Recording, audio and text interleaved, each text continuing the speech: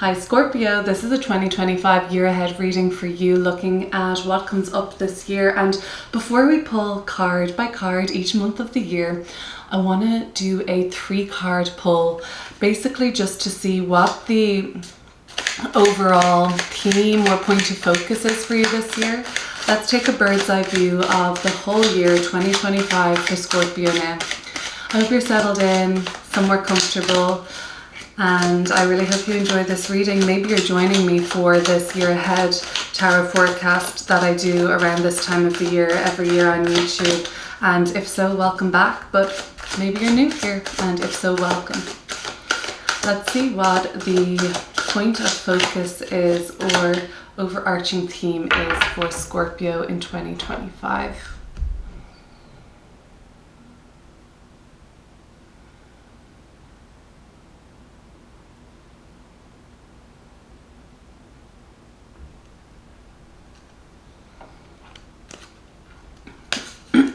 Queen of Coins. So overall, like, feeling well, mind, body and soul, feeling very integrated. I think that's an energy of thriving, actually.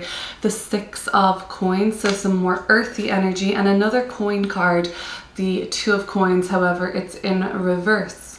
So you've got a big decision to make around where you're investing in 2025. The 2 of Coins reversed. This decision is not going to be as straightforward or as cut and dry as maybe many other years have been.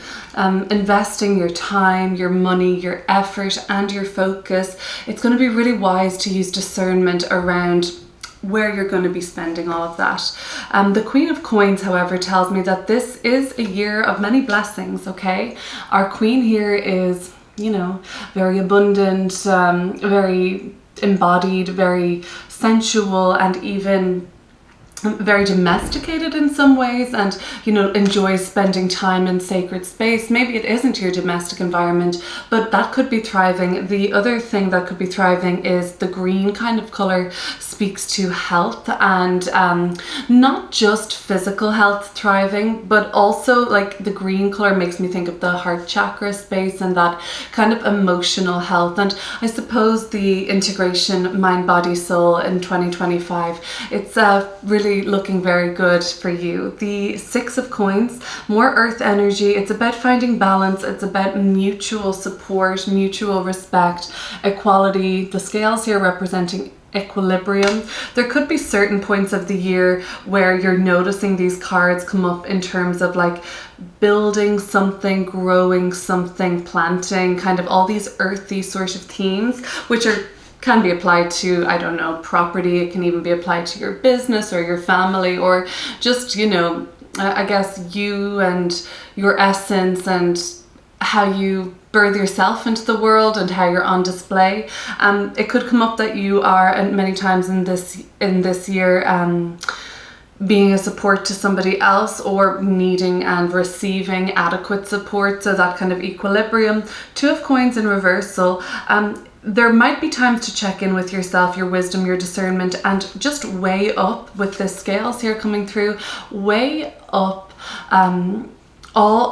all aspects of any choices you're making this year around finances, investment, and like the investment of your time, and do you get enough return, and are you valued?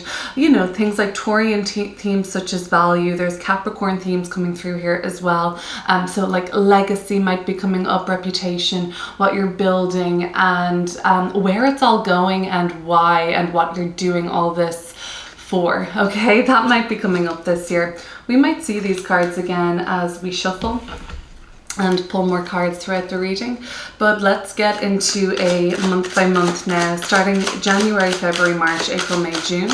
I'll shuffle some more and then pull cards for the second half of the year. If you are not subscribed already, now would be a great time to do so. And if you like this video, please make sure to give it a like or even comment. I would really appreciate that. It would really help this channel grow. The other thing I wanted to say quickly, if you'd like to go deeper into kind of what December into January has been meaning for you, or even going deeper into January 2025 into February, there will be a month ahead reading for your sign, and I'll link that below, okay? So this is more so focusing on the year ahead.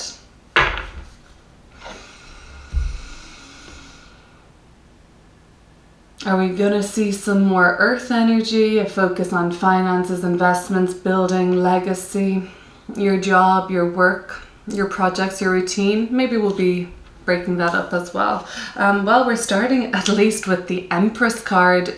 There is a lot of a harvest displayed here, that color green coming through again. Venus here again. She was sort of around that Six of Coins. Venus is involved there too. So this is interesting. This is telling me that the beginning of the year, January, you're probably already noticing how abundant that is. For you, feeling very grateful. Maybe you have to look deeper for those blessings, but they're there for sure. The Nine of Swords in February and the Ace of Wands, an exciting opportunity breaking through for you in March. With April, we have the Faith card. Many times this is known as the Hierophant. And this is associated again with Taurus, with Venus, with building, with durability, with abundance too. And then we have in May the Page of Coins, the Five of Coins in June. Okay, that's interesting. June would not be a month then to make a gamble financially or with your resources, because it's looking like there may be a little bit more constriction around what you have available at hand that month. So maybe that Two of Coins in reverse that came up in the beginning of the reading is referring to a time period around June. However, it does look like an opportunity that comes up in March may or may not be associated with this field of study, research, back to school energy, or teaching or learning, investing your time in expanding your knowledge and skills between April and May. If you are just investing in yourself and upskilling, I really don't think that's going to be a waste of time. And I think the Empress card at the beginning of the year is like, you really deserve to do that. My only download so far around that Two of Pentacles in reverse, I think it might be to do with June. But let's keep moving on and see what else comes through. Now we're looking at July, August, September, October, and November for Scorpio.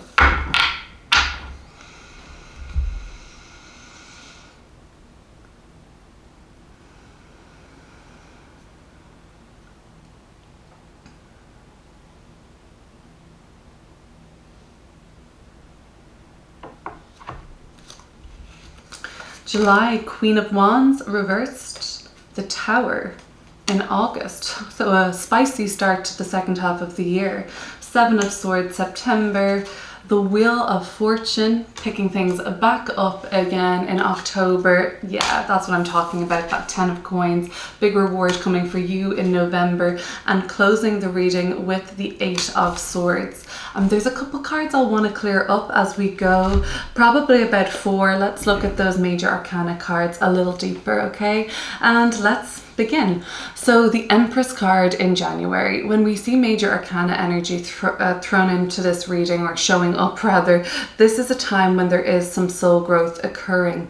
Now, soul growth can come through way of reward and abundance and a gift, okay? So the Empress card is suggesting to me that whatever your reality is looking like in January, it seems like it's materially abundant and as well as that emotionally fulfilling. So a lot of love in your life in January. People are really appreciating you and noticing what you do. Oh, interesting. In this reading, in this version of the tarot, there is a baby in the Empress's hands, okay? Now, that might not be literal, of course, but some of you might be welcoming in the blessing of conception or preparing for something to be birthed into the world. It might be a creative venture. It might be something Venusian, like an artistic creation or something from the heart. Something that Venus is also associated with money and values. Something that you have decided is very meaningful, worthwhile, and that you believe that it would enhance the quality of your own life to invest in this, or enhance the quality of people around your life to birth this into the world. But again, some of you are so abundant, full of life, full of this like creative principle just flowing from you. Many of you might be kind of expecting to bring a very unique creation out into the world, or like I said, let's clear it up with another card. Just having a kind of conception energy around you, the conception of life or ideas or abundance or a harvest or something very fruitful, basically. So let's go a little deeper into that for you, Scorpio. Joining forces, a lot of love and a lot to be thankful for. Fruits of your labor.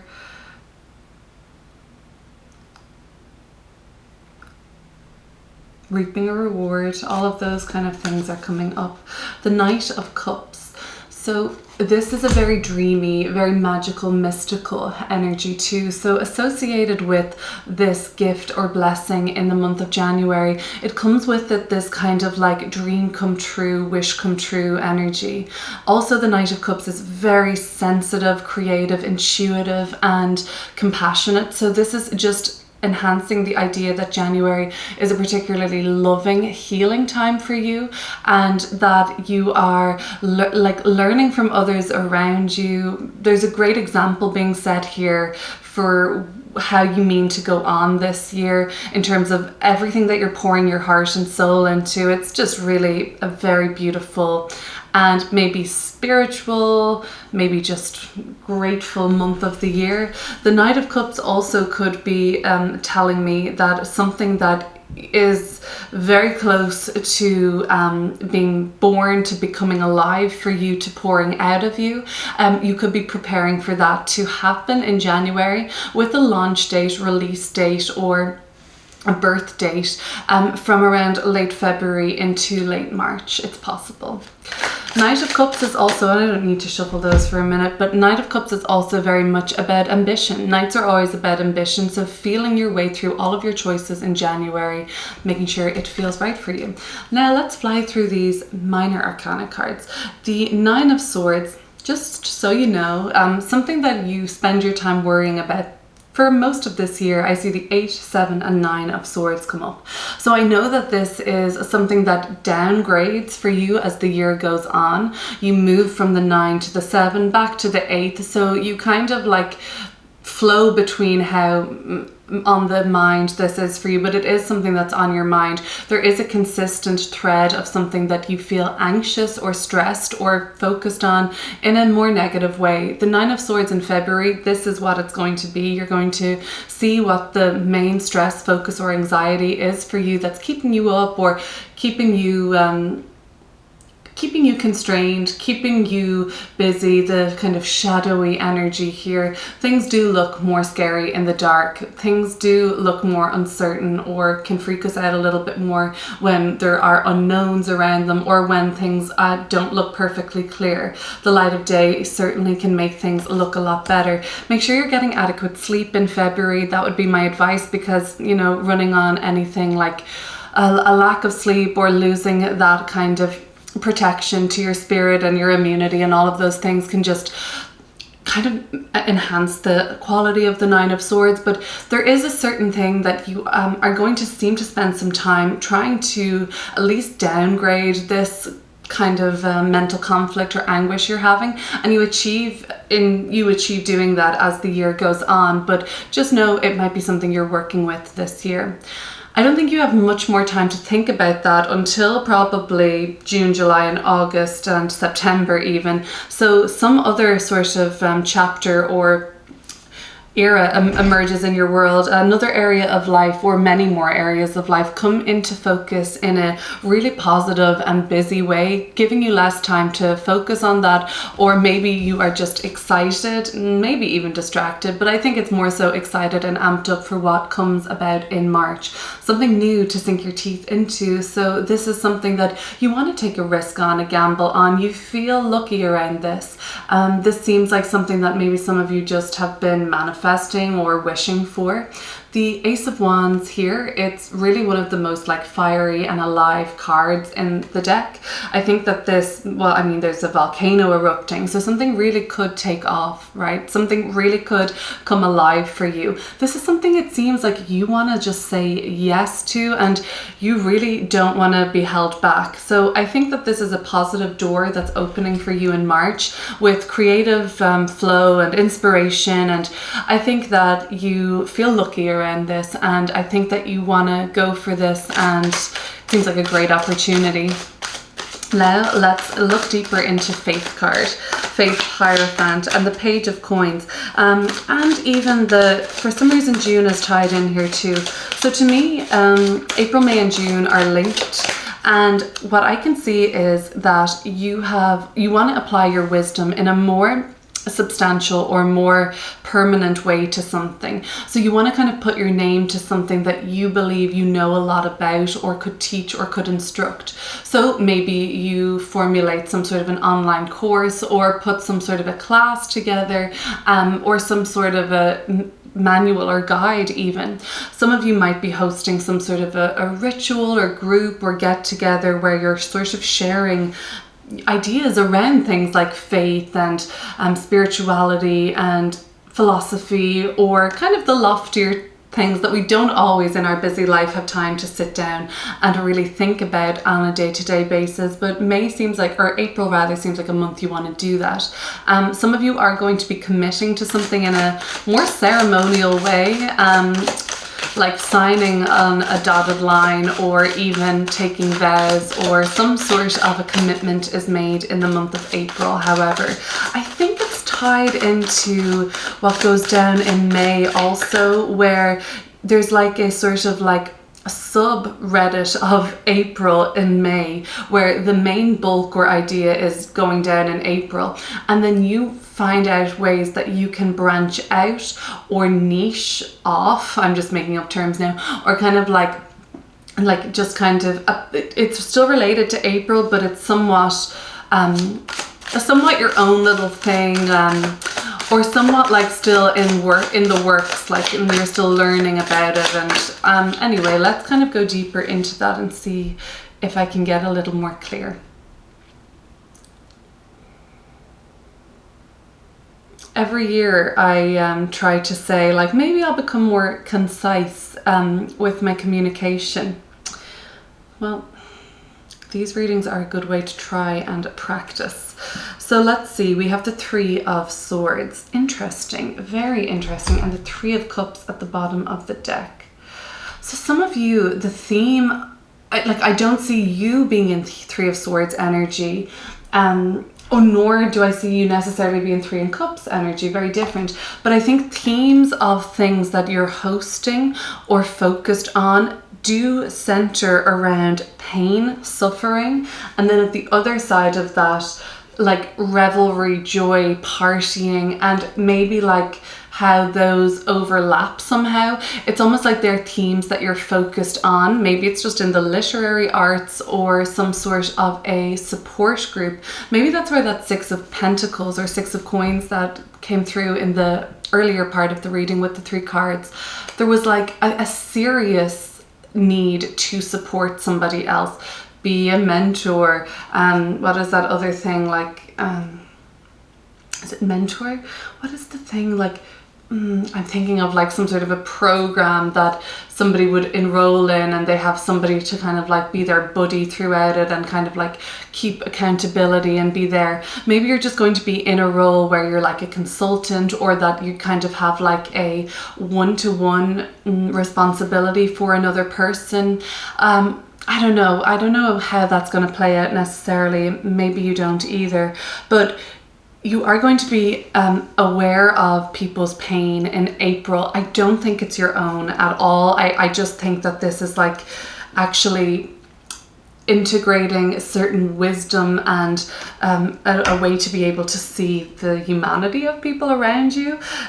Anyway, then we move into the month of May, and some of you are actually going to be trying on this sort of like party planner, event planner, and get together, organizing these kind of things. So maybe that will be done on a personal level or a professional level, but you're branching out, and some of you are doing kind of like, I see interior design, I see event management, and I see things like catering and beauty and things like technician, nail technician, stuff like that. Maybe you need to be calling these kind of people for a client, or maybe you're utilizing these kind of services, or you yourself are starting to enroll and learn a little bit more about all of that.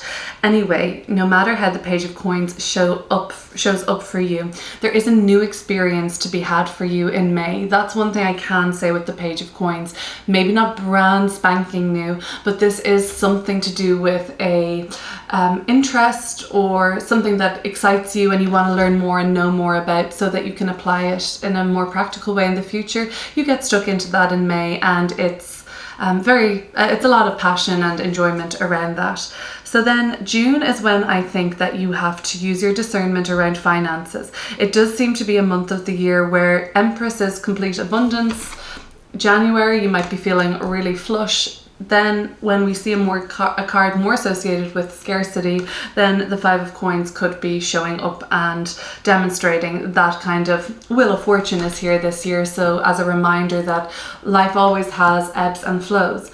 I think the Empress and the Five of Coins are linked together. So as abundant and rich and wealthy and expansive as you feel in January will be on par with how you feel like in need or needing of assistance or needing some more resources, feeling more conservative. If in January you're just like, yeah, things are great, like then probably in June you'll be like, things could be better, so it's kind of like it's on a sort of pendulum, and maybe you're just somewhere in the middle on that. But Five of Coins, another time to just like look after your sleep, your diet, make sure you're moving, make sure you're not getting cold or run down. This can be a time though emotionally, so sometimes we can be in phases of our life where a little bit more isolated or feeling lonely.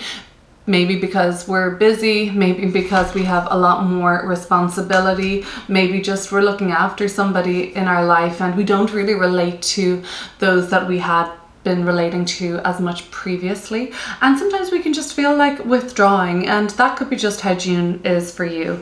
Because the Queen of Wands in July, I think that emotionally what goes on in June, it has a knock-on effect into the month of July. The Queen of Wands in reversal is telling me you do feel a little less confident, or you feel less vibrant in July. So there's something about this meaning that I think you just need to go within. The reversal of this very outgoing and warm, magnanimous and kind of leader queen. In the reversal, it would tell me that it's important to spend time with yourself and focusing on your inner world and inner needs. This is also a time for you to get back to the drawing board, kind of figure out what makes you feel excited again and how you're going to accomplish certain tasks, because it does seem like some sort of wind gets knocked out of your sails between June and July. So the Tower card in August, anything then that you haven't really realized yet, or you've failed to identify as something that is draining for you, or makes you feel less than, or zaps you of your confidence and your desire to improving my posture, to kind of like stand up straight in the world and walk into a room and like dazzle and things like that. Obviously we're not in that energy all the time, but something has been zapped in that kind of department. And the Tower card in August is incredibly revealing in a way that it's more so of to me so far it looks like more so of one of those inner Tower moments where like lightning strikes and this kind of flash of, oh right, okay, that's where I've been fooling myself, that's where I've been letting my ego run amok, and that's where I've been kind of living an illusion or trying to maintain some sort of a facade, the mask on in this person's in this Queen of Wands in reverse, whether there is some sort of a facade. And Scorpio, it's okay if you don't have it all figured out at this time, and maybe you're just lacking confidence. Maybe you don't give a damn about it anymore. That's another story. But if you just don't really know what you're doing here, it's harder to show up, and you sometimes want to just kind of like shrink back and let somebody else take the lead. The Tower is going to be here in August to remind you of your strength, power, determination, and willpower. Mars, your ruler, is here associated with the Tower. Well, at least your ancient ruler. And to me, that's kind of saying, like, remember who you are in August. And the Tower is an inner something that comes through. Yeah, there we go, the Sun card. And this is not the usual Sun card we see with a little kid or something floral. This is like, what is it, like Zeus or like, you know, Sultan kind of energy. This is about like the God, remembering the God within you.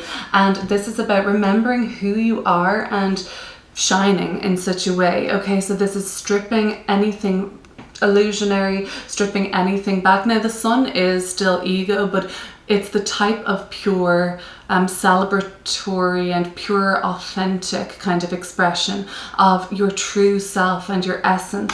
And anything that had been holding you back from shining in such a solar way like this will be revealed to you in the Tower, and it will be stripped away, actually, potentially even removed. But if it's what I think it is, and it's more like an internal representation, I actually just think that this comes to you by, like, you know, you just wake up one morning and it's this sort of, it's a realization, like that's actually what it is. The Sun, the brightness exposing this, the Tower crumbling anything fake away. That just is a major realization for you in August, and it sets you up for a really successful time in the fall. But Seven of Swords, it leaves you a little shook, quite honestly. And September is a little bit more about like coming to terms with and getting back to the drawing board. The Seven of Swords is often a plan that, well, it's kind of iffy. It could go well, or potentially it could be a disaster. So you want to make sure that it is not futile. You want to make sure that you've thought things through here. And if you need to take a little bit more time, September is the month to do it. Because in October, this is when the ball really starts rolling, and you have your free will and you've done what you can. But now this month in October is when fate steps in to accompany your free will, or to continue to drive this forward with momentum. And certain things that are out of your control, it's a helpful influence. It leads you to, oh, I thought this was the 10 of coins earlier, but I'll still take it, the 9 of coins. It leads you to a success story in November. So this is more so about an accomplishment in November. And I think because of how you plan and strategize and kind of like recuperate from the realization, that ultimately makes you feel more powerful, more pure, more authentic. I think that you do what you need to do in September and feel confident that you've done the right thing, the best thing, the most honest thing, so that the universe, in a sense, with the Wheel of Fortune, can do its thing unencumbered by any like residual like tasks or doubt or pile of laundry that you need to get to in September, just to make sure everything is sorted out so that like the Wheel of Fortune can be the most advantageous. I know that sounds kind of strange because it's like, well, what does that mean? But I don't know. I'm just here reading these cards. But let's try and find another little bit of an insight or clue to the Wheel of Fortune. The 10 of Swords. So we've got the 7, 8, 9, 10 of Swords. I mean, ultimately, the 7 of Swords, this downgrade of tension or anxiety or something you stress about in February, there is a reminder of it in September. And this 10 of Swords is quite urgent with the Wheel of Fortune, which is also a 10. Get rid of this, Scorpio. Get rid of that pile of laundry. Get through that to-do list. Get rid of what it is that really stresses you out and actually causes you sometimes to lose sleep. Because without you have the power to do this, only you, it's your life. So without you doing this, the Wheel of Fortune just can't work on the highest timeline, okay? It will be giving you a flavor, and the same sort of like destined or synchronized themes will come up, but like maybe it could be better if you were just to downgrade and get rid of and eliminate that thing that emerges in February, because you've got a choice to downgrade it here in September, and it's going to be worth your while to do so. Anyway, Nine of Coins. There is something that you feel incredibly accomplished, and if it is the fact that you downgrade this issue or eliminate it entirely, and you feel like, you know, you just have moved through a cycle and you don't have to worry about that anymore, amazing. That's going to be the victory or reward or gift in and of itself. But for many of you, there's just something that you can, well, this dove here, I really think it's a dove, maybe it's a dove. It's a very peaceful, serene kind of card, and the dove close to the heart space is like the gift of a peaceful heart and the gift of inner calm, a sanctum, a sanctuary. This is a very abundant, thriving and financially abundant card too. But yeah, just like feeling very accomplished and pleased with the work you're doing, the jobs you've done, your projects, your tasks, and what you've created for yourself, by yourself. Yes, of course, collaboration is so important, but for November, you can really count on thanking yourself. This was down to you. In December, the Eight of Swords is really just, it's kind of like just psyching you out a little bit. Remember this, in December, it's a long way away. And so much can change and shift, of course. But if there is something that you just kind of like know in your heart and soul is a mind game, or something playing tricks on you, or an inner doubt that keeps cropping up in some way, that's probably all it is. The reason they're not calling you back isn't because they've realized that you're not worthy for the job or their time. The reason that, you know, there was an awkward communication or some sort of an iffy situation was probably down to the other person just having a bad day. It's not personal. It's not detrimental. That's always something I like to remember when the Eight of Swords comes up. 9 and 10 of Swords, maybe there are certain things that are real, maybe they're not even. Some of these shadows are, oftentimes in February you'll notice things are in your mind worse than they are in reality. The 10 of Swords, I think it's a little real. It's like, no, we need to look at this. With the Eight of Swords, it's often the build up and the precursor of anything that you fear or worry about coming from within. It's oftentimes where it starts, and I think that's just a gentle reminder for you in December of 2025, okay? And you know where to find me, linked down below for deeper insights into December 2024, January 2025, and that's where you'll find me. But if this is all you're sticking around for, thank you so much for watching, and I will see you real soon.